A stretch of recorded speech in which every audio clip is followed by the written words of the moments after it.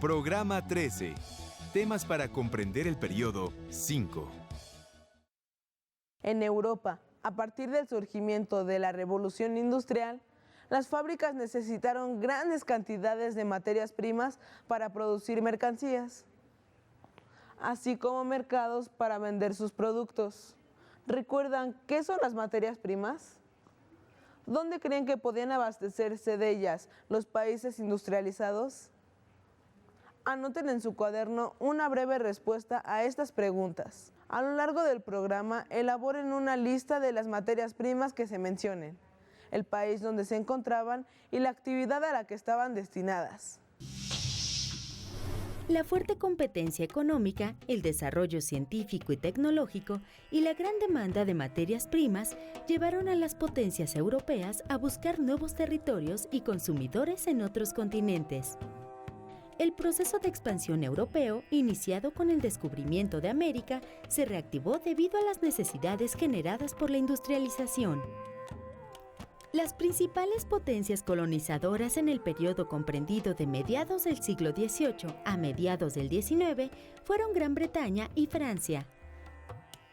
Por su parte, España y Portugal, a pesar de poseer amplios territorios, habían entrado en un periodo de decadencia que las mantenía al margen de este proceso.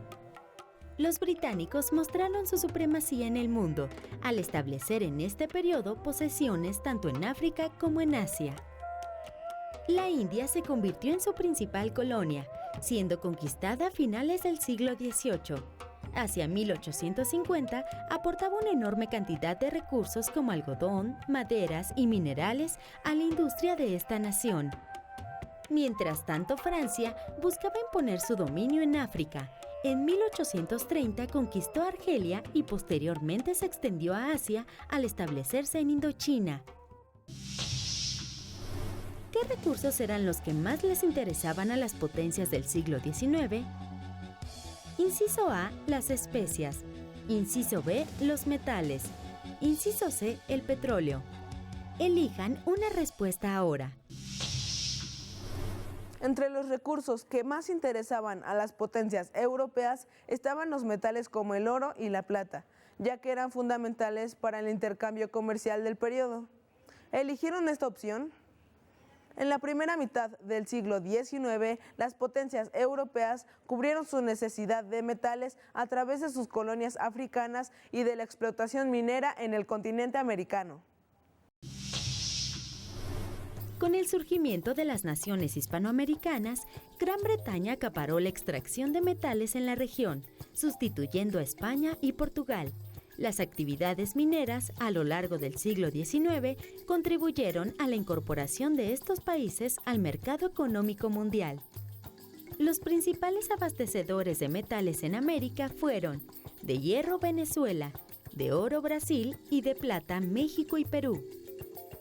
El hierro fue una materia prima muy importante, ya que se utilizó en diferentes áreas que iban desde la fabricación de medios de transporte como buques y trenes hasta la construcción de viviendas.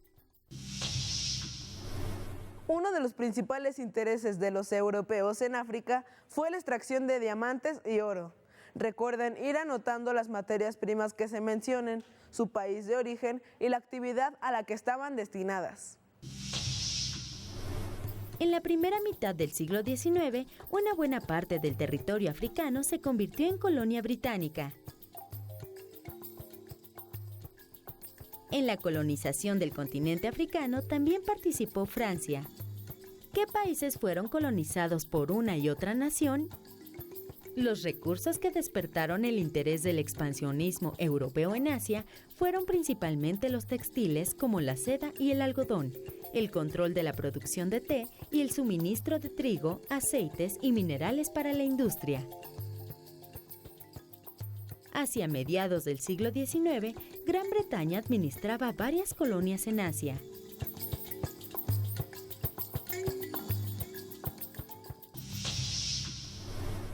La ocupación y establecimiento de gobiernos coloniales trajo como consecuencia cambios tanto en Europa como en los continentes ocupados. De acuerdo con lo que saben sobre otros procesos de colonización, ¿Cuáles consideran que fueron las consecuencias de la colonización que experimentaron los pueblos asiáticos, africanos y europeos? Anoten brevemente sus ideas y compárenlas con la siguiente información. Las consecuencias de la colonización fueron diversas y complejas para los colonos. Demográficamente se experimentó un aumento en la tasa de natalidad y una reducción en la mortalidad, como resultado de los avances científicos que los europeos pusieron en práctica. Sin embargo, la población nativa, en algunos casos, fue desplazada o exterminada por los colonos. Económicamente, los beneficios se tradujeron en la construcción de puertos, carreteras y ferrocarriles, pero esto no siempre favoreció a la población. En el ámbito político, las colonias dependieron de los gobiernos europeos, pues ellos regían los destinos de los pueblos y administraban los recursos. En contraparte, las potencias europeas experimentaron cambios, traducidos en beneficios por el control de las materias primas y de un mercado seguro. También se beneficiaron con la posibilidad de repoblar lugares y de este modo garantizar más oportunidades para los europeos que en sus países originales no las tenían. En la actualidad, países que fueron colonias y se independizaron mantienen relaciones principalmente económicas con las metrópolis que las colonizaron.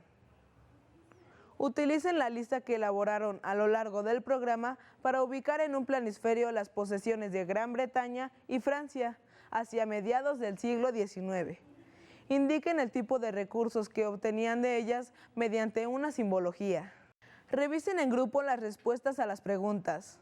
¿Cuáles consideran que fueron las consecuencias de la colonización de los pueblos asiáticos, africanos y europeos? Clasifiquen las consecuencias por ámbitos.